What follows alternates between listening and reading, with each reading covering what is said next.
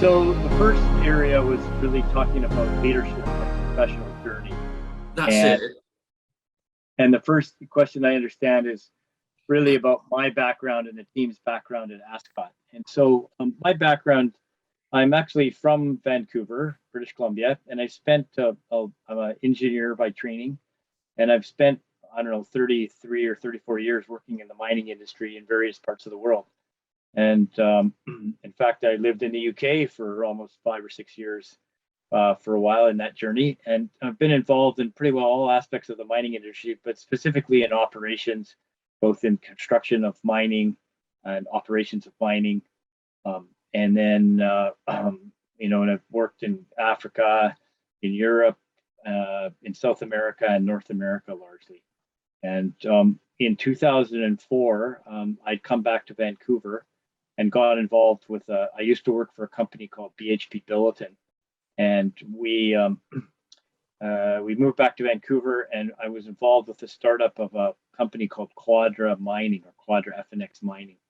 And we did very well by buying mines that other people had abandoned. We bought a mine called the Robinson Mine from actually BHP Billiton, and we put it into operations, and we built a company around that. And that company grew and grew and grew to get to about a $3 billion size, and it was sold in 2012. And a number of the members of that team, we were operating 7 or 8 mines, and we had a big number of projects to build, including a very large project in Chile. And these were largely in copper, gold, nickel, some PGM metals, and that team was interested because it had a lot of experience in trying to do that again. And at the end of 2017, the shareholders of Ascot had approached us and said, "Hey, would you guys be interested in coming to have a look at a development story?" And there was a Swedish mining company called Boliden who owned, as part of an acquisition, a gold mine in the kind of former gold rush area of northwestern British Columbia. This is a Stewart, British Columbia, or Hydro, Alaska. And it had a lot of infrastructure. And we looked at it and said, yeah, this is right up our alley. This is exactly what we do well in, taking these brownfield opportunities and bringing them back into production. And so a number of members of the team, both from a mining, engineering, operating, permitting, financing perspective, came together, and we kind of formed a new strategy. And we formed a new board, and we kind of went on a new journey starting in 2018. And in in May of 2021, David, who's on the call here, he was an analyst for one of the groups that had followed our story, and he liked the story and he liked the group. And so he decided to join us. And so in May, he became the VP of our corporate, and he comes from a mining engineering background as well. Superb. And so, I mean, in terms of you're being a leader. I mean, what do you feel is the key to being an effective leader and inspiring success amongst your staff? And I mean, have you kind of followed a particular kind of philosophy or strategy of sorts to kind of be a strong leader? Yeah, in my roles as the CEO of companies in the past, and hopefully in the role that I'm doing now, you try to find the strengths and weaknesses of a team, and you obviously try to work as a team. And I think in leadership, you don't want to be smothering people, trying to kind of micromanage what they're doing. So you've got to trust them, and I think that's a key thing: is you got to trust them to be able to do their job, and you've got to trust them to be able to communicate when that part of their job may not be going as smoothly as possible, and being able to support them if things aren't going well. And you got to still have kind of accountability to say, okay, look, when you tell me you're going to do something, you're going to do it. And that's part of where that trust goes. Now, when you've had a team of people, not everybody at Ascot worked with me at Quadra FNX, but a lot of them have. So we've had years of time to develop that trust. And so, that helps reinforce how things work. But the other really key part of being a leader is to not try and do everything yourself, and to try and have the team troubleshoot problems. And in smaller companies like Ascot, that's trickier. So you've got to be able to take the team and make people work outside their comfort zone. And you might say, well, I'm a mining engineer, I shouldn't be doing this, or I'm an accountant and I shouldn't be doing that. And you have to be able to kind of get the group to solve problems together, and stick outside of their area and be responsible for the company as a whole. And so I think a good leader is somebody who sets the direction and then has the trust that the people that are going to go in that direction are going to do that. And it's kind of like being in a boat race where you have the cocks and you're kind of steering the direction of the boat, but you're not actually doing the rowing. You're letting other people row. And if the rower's got an injury or the rower can't row with only one arm, somebody else has to pick that up, or you have to kind of fix that. And I think that's the secret to being a good leader. And what we've found is that first you want to build teams on vulnerability-based trust. Then you want to be able to have constructive discussion or conflict, or if it has to be, you don't always have to agree. Then you have to kind of agree on kind of where you're going and what you're committing to. And then you have to be accountable for that. And then you have to get that result. And so I think that kind of modus operandi has worked well for the people in the past that we've worked in this team. Sure. I mean, it must help no end. I mean, having a tried and tested team like that. So, as you say, it's about trust. I mean, you can give instruction, and it's going to happen. Yeah, but there's always new challenges and stuff. So we're not perfect, but I mean, like it's a method of trying to be the right leader and always being able to take feedback constructively. Not all the decisions I make are going to be right, and you got to be willing to listen, and not just jump in all the time and say I know better. For sure. Great stuff. Okay, thank you very much. And I think what we'll do now is we'll move more onto the company itself and have a quick look at the industry. I mean, could you give me an overview of Ascot and basically, your operations, projects, background to the business, and footprints, and so on and so forth? Sure. So Ascot was a junior exploration company that had 3 assets, and it still does today. It has a gold mining development asset, which is kind of its flagship asset. And that was a mine that has 100 years of history. And at one time was owned by the Guggenheim family from New York and was the largest gold mine in North America. And as I said, it was bought out eventually by a Swedish company, and that Swedish company effectively sold it to us. And so the majority of the company's focus is on restarting that gold mine, which is expected to happen in the fall of 2022. And it's obviously can generate at these gold prices very good cash flows, and we're doing it at a fraction of the cost. Typically, to build a mine in this part of the world costs about $1 billion, and we're hoping to do it for kind of 200 million or less. So, and the reason for that is because a lot of the infrastructure is there. The second asset that the company has is it owns a gravel mine, actually, that was in care and maintenance about 50 miles south of where we are on the west coast of British Columbia. And that was to service LNG plants that were basically going to be built in 2010 or 12. And those LNG plants never got built. They're starting to be built now.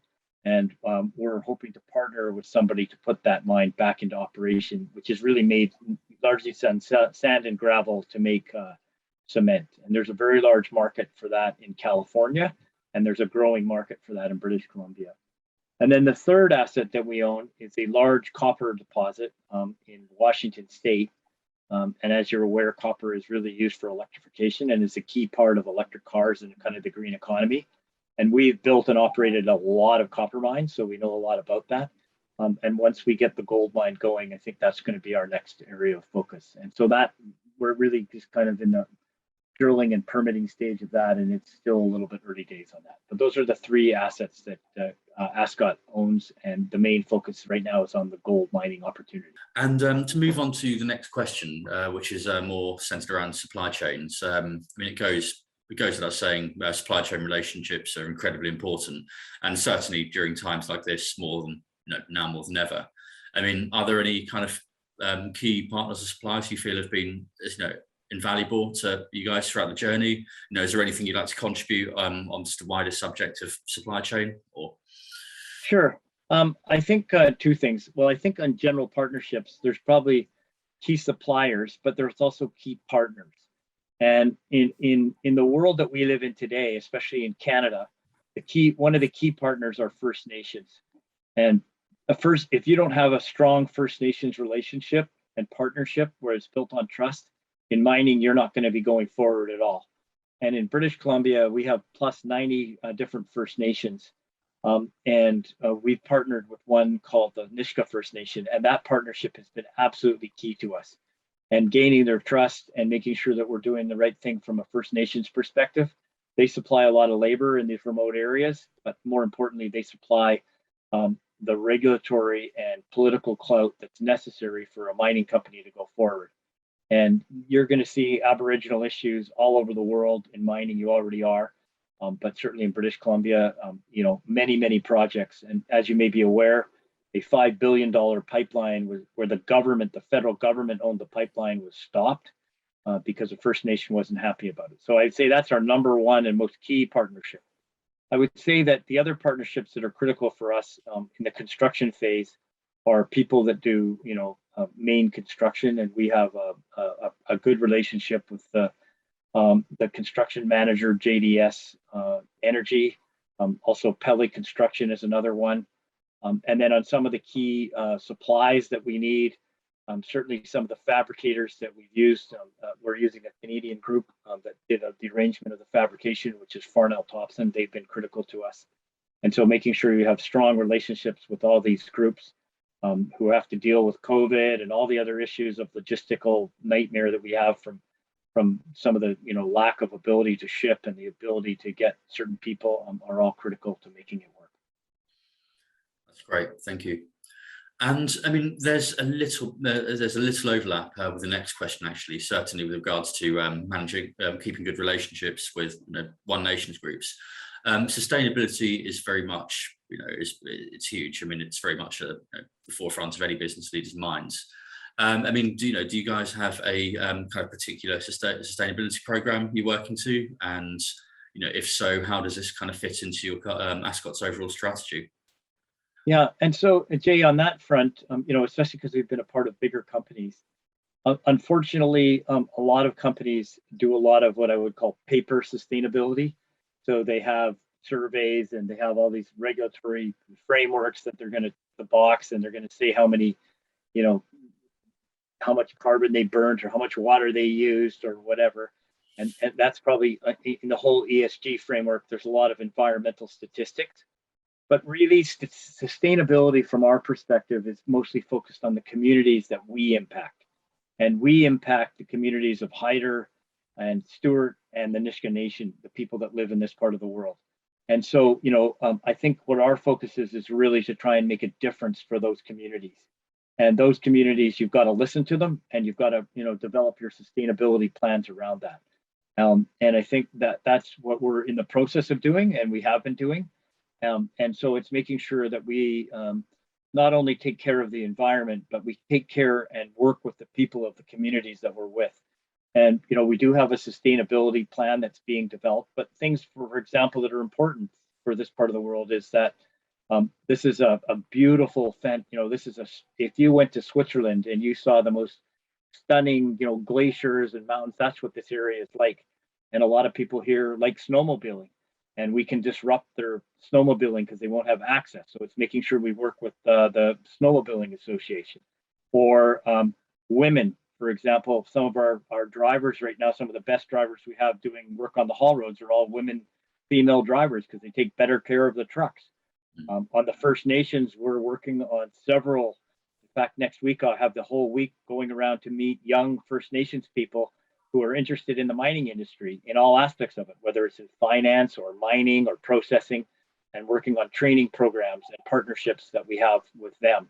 And then, one of the biggest issues for the community of Stewart, who really, this was a town which was at the gold boom in the 1920s, was 10,000 people and is really now 500. Housing is a critical issue.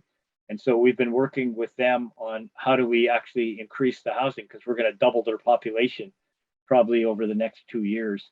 And so, making sure that we address those issues. So I think when we talk about sustainability, it's about what do we do that actually makes a difference for the people that we impact. And yes, of course, we will have sustainability reports and we'll kind of check the box for investors and all the rest of it. But I think, sustainability starts on the ground on a grassroots level where you make a difference. And I think Ascot is well positioned has been making a difference and will continue to make a difference as we go forward.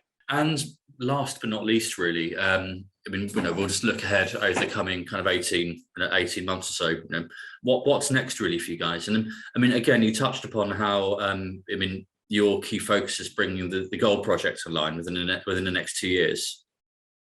Correct. Yeah, yeah. And I'll let David comment on this as well, because he was an analyst and he sees a lot of projects. But typically in a mining cycle, and what a lot of people, maybe some of your subscribers don't understand, is how long these projects take to bring into production.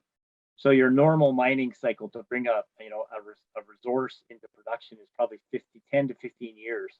And typically it takes you, 5 years to find the thing. And then it takes you another 5 years to permit it. And then you have to take another 5 years to get all the money and build it.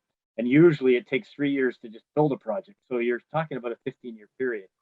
And Ascot has basically gone from having nothing from 2018 to really 4 years later being in production. So we've compressed that 15-year time frame into a fraction of the time frame. Yeah, like Derek alluded to, I was an analyst at various banks covering the junior gold mining sector. So I'm very familiar with basically our entire peer group and competition out there. And I can attest to the fact that Ascot has moved at a sector leading pace, going from resource to feasibility study to through the permitting phase, and now getting just about into full scale construction into production next year.